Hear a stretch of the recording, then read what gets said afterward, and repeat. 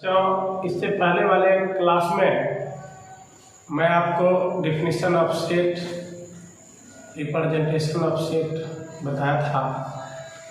आज मैं एक्सरसाइज 1 बताने जा रहा हूँ। देखा जाए, इसमें सबसे पहला प्रश्न है, निम्नलिखित में कौन से समुच्चय हैं, अपने उत्तर की जांच करें।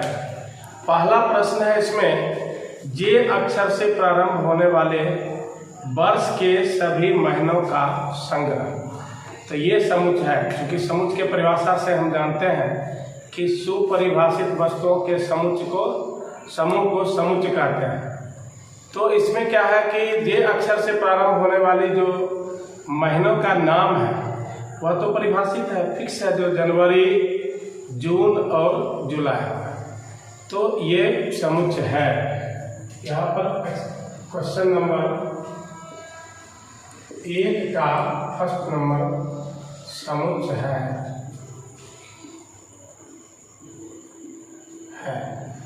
कारण इसका आप समझिएगा कि जे अक्षर से प्रारंभ होने वाले महीनों का जो नाम है वह फिक्स है कि जनवरी, जून और जुलाई होगा, इसलिए सुपरिभाषित है। दूसरा प्रश्न है, भारत के 10 सबसे अधिक प्रतिभाशाली लेखकों का संग्रह। तो प्रतिभाशाली का कोई परिभाषा नहीं होता। अगर किसी की नज़र में प्रेमचंद सबसे प्रतिभाशाली लेखक थे, तो किसी की नज़र में रविंद्रनाथ टैगोर प्रतिभाशाली लेखक थे, किसी की नज़र में विद्यापति निराला हो। तो इसका कोई परिभाषा नहीं है, इसलिए यह समुच्चय नहीं है। तो दूसरा नंबर में हो गया समुच्चय नहीं है। कारण मैं बोल करके बता दिया, समुच्चय नहीं है। तीसरा नंबर में है, आप देख लीजिए, विश्व के सर्वश्रेष्ठ 11 बल्लेबाजों का संग्रह। तो यह भी समुच्चय नहीं है, क्योंकि सर्वश्रेष्ठ बल्लेबाज का जो है परिभाषा यह निश्चित नहीं है। कोई कहेगा सचिन तेंदुलकर जी सबसे सर्वश्रेष्ठ बल्लेबाज थे, कोई कहेगा ब्रेन लारा सर्वश्रेष्ठ थे, कोई कहेगा वीरेंद्र सहवाग सर्वश्रेष्ठ थे। तो इसकी कोई परिभाषा नहीं है, इसलिए यह समुच्चय नहीं है। तो तीसरा नंबर भी समुच्चय नहीं है।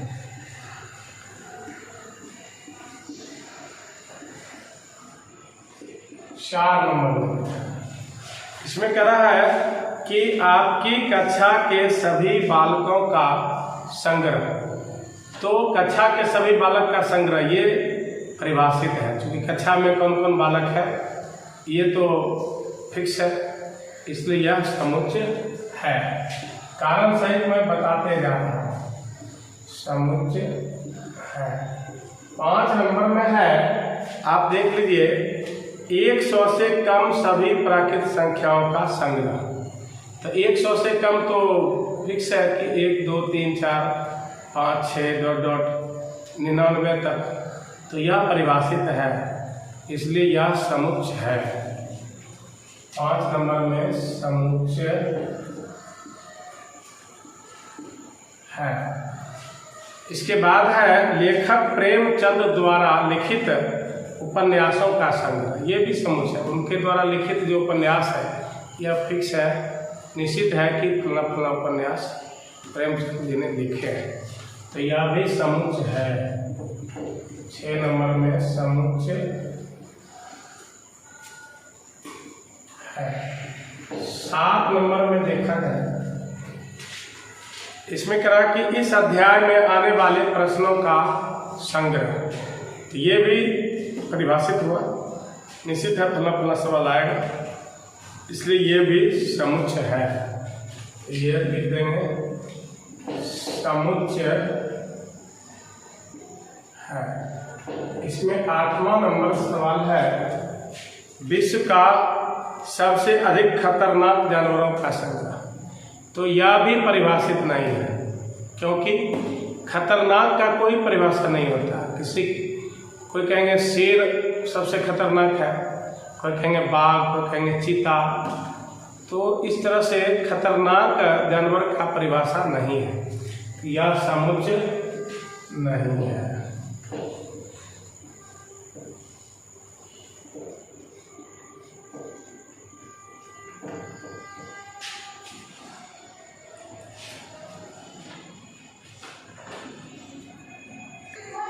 अब प्रश्न संख्या 2 देखिए, इसमें दिया हुआ है a इक्वल टू 1 2 3 4 5 6।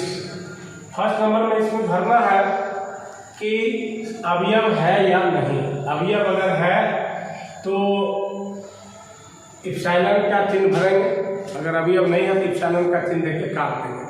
तो देखिए इसमें 5 का दिखा रहा है 5-8, देखिए 5 इसका अवयव है a का, इसलिए इसमें बिलोंग्स टू भरा जाएगा इप्सिलॉन। इसी तरह से सेकेंड नंबर में आप देख लीजिए, सेकेंड नंबर में प्रश्न है 8-8, देखिए a में नहीं है, a का अवयव नहीं है, यहाँ पर डज नॉट बिलोंग्स टू। फिर ये देखिए 3 नंबर में है 0.8,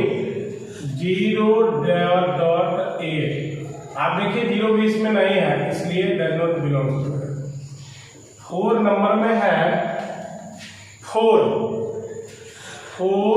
देखिए 4 इसमें है, a का अवयव है, बिलोंग्स टू भरा जाएगा।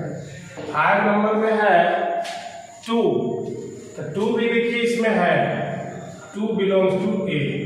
6 नंबर में है 10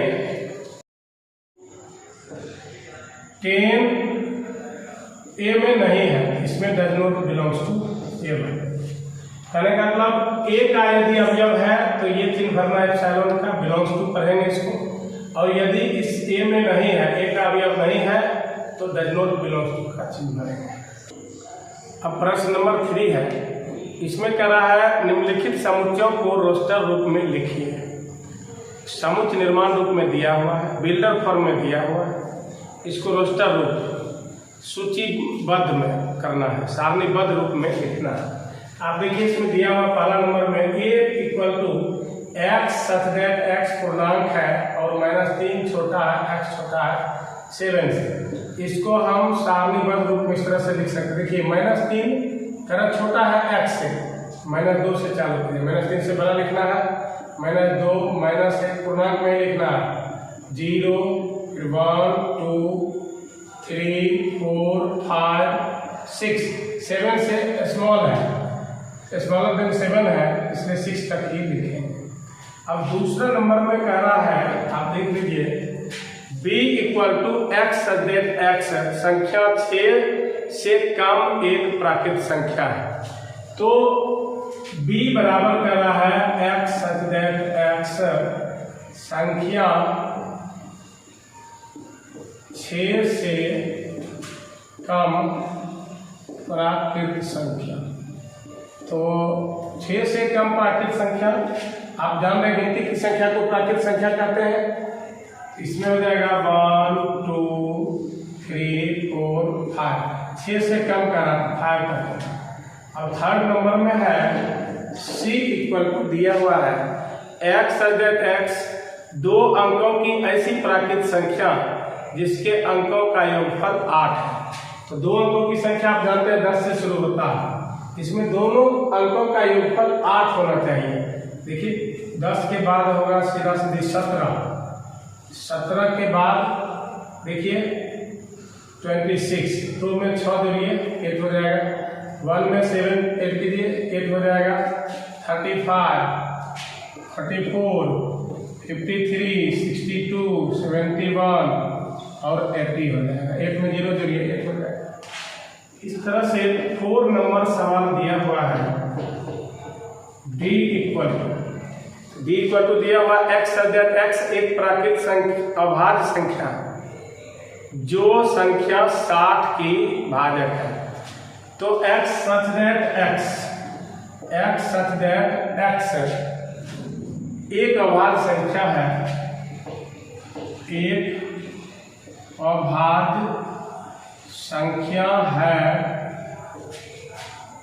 जो 60 का भाजक है।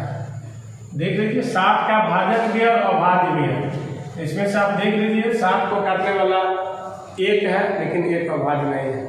2 से 60 कट जाता है, 2 हो जाएगा, 2 अभाज्य भी है। 3 से भी 60 कट जाता है, 3 अभाज्य भी है। 4 से भी 60 कटता है लेकिन 4 अभाज्य नहीं है।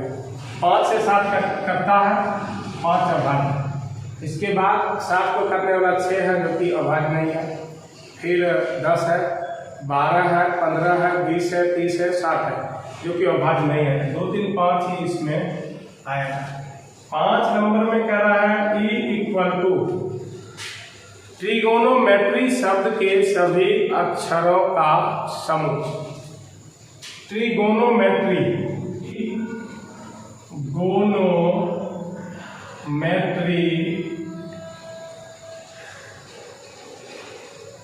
शब्द के सभी अक्षरों का समूह। इसमें आप देख लीजिए ट्रिगोनोमेट्री में सबसे पहले टी है, कॉमा दे दीजिए, आर लिख दीजिए, कॉमा दे दीजिए, आई लिख दीजिए, जी लिख दीजिए, ओ लिख दीजिए, एम लिख दीजिए। अब ओ दोबारा नहीं लिखना है, एम ई टी फिर दोबारा नहीं लिखना है, आर भी दोबारा नहीं लिखना है। इसमें ये ध्यान रखना है कि कोई भी लेटर्स जो है दोबारा नहीं आने चाहिए। अब 6 नंबर में है दिया हुआ बेटर, BETTER, बेटर शब्द के सभी अक्षरों का समूह। बेटर शब्द के सभी अक्षरों का समूह। इसमें देख लीजिए ये F बराबर है, ठीक है। तो हम इसको लिख सकते हैं रोस्टर फॉर्म में BET, टी को एक ही बार लिखना है, एक लेटर को दोबारा नहीं लिखना है। फिर ये टी को भी नहीं लिखना, आ हो गया। इसके बाद में अगला वीडियो में रेस्ट जो आधा सवाल है, इसमें 6 सवाल है चैप्टर में, 3 प्रश्न मैंने बता दिया, फिर 3 प्रश्न अगला वीडियो में मैं बना दूंगा। धन्यवाद।